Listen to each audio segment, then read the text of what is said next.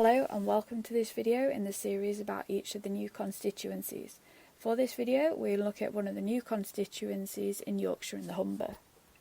In this short video we will look at the details on the new constituency, how this new one is formed, the previous results, the 2019 results, current candidates, and make predictions with different levels of how bad of a day it might be for the Conservatives.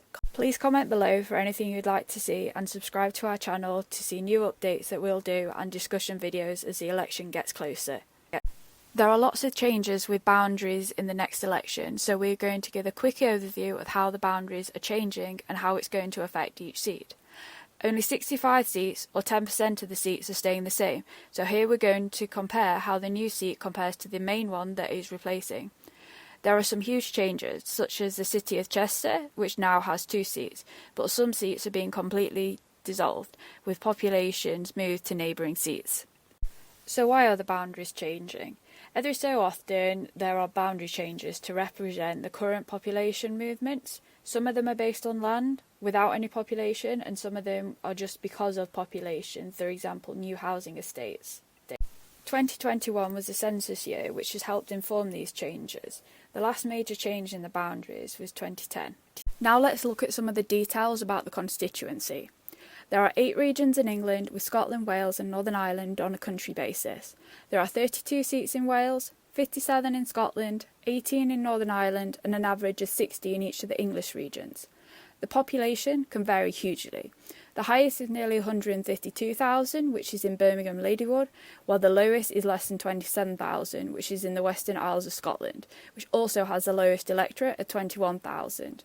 The average population is 103,000 and the average electorate is 73,000. The largest area is the most northerly mainland seat, which is Caithness, which is nearly 12,000 kilometres squared, or approximately 100 times the size of Manchester.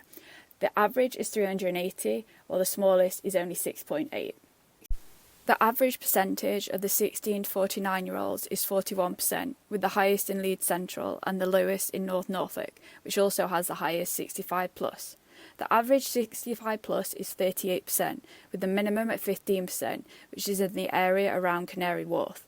Density averages nearly 1,400, with the highest in Bethnal Green and the lowest in Caithness. This constituency has a boundary change. There is a boundary change here, but it hasn't taken in any more areas. When we're looking at the winner in 2019, it's a bit more relevant to the seats that are now made up from multiple old seats. Nevertheless, this is the result from 2019, with the winner and whether the seat was held or it changed.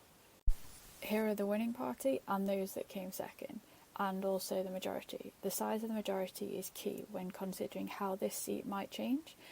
Maybe not so much when there's a big Labour majority or Lib Dems, but for pretty much any Conservative seat that's possibly not considered safe, bar a very extreme few. The same for the SNP. Some of these are really up for grabs, particularly for Labour and the Lib Dems. Here we see the vote share at the last 4 elections for the 5 main parties in England: the Conservatives, Labour, Lib Dem, Green and a combination of Brexit or UKIP. The Brexit UKIP vote was distorted in some constituencies in 2019 because if they were held by the Conservatives in 2017, they didn't stand against them. Nevertheless, we can see the changes that occurred throughout the different elections. This is a list of candidates that are on the ballot papers of this constituency. This is now a finalised list as the deadline to register as a candidate has passed. Given the forecast, this seat could go either way. Thank you for watching this video. We hope you learned a lot about the new constituencies. Please subscribe to our YouTube channel, follow us on Instagram and Twitter.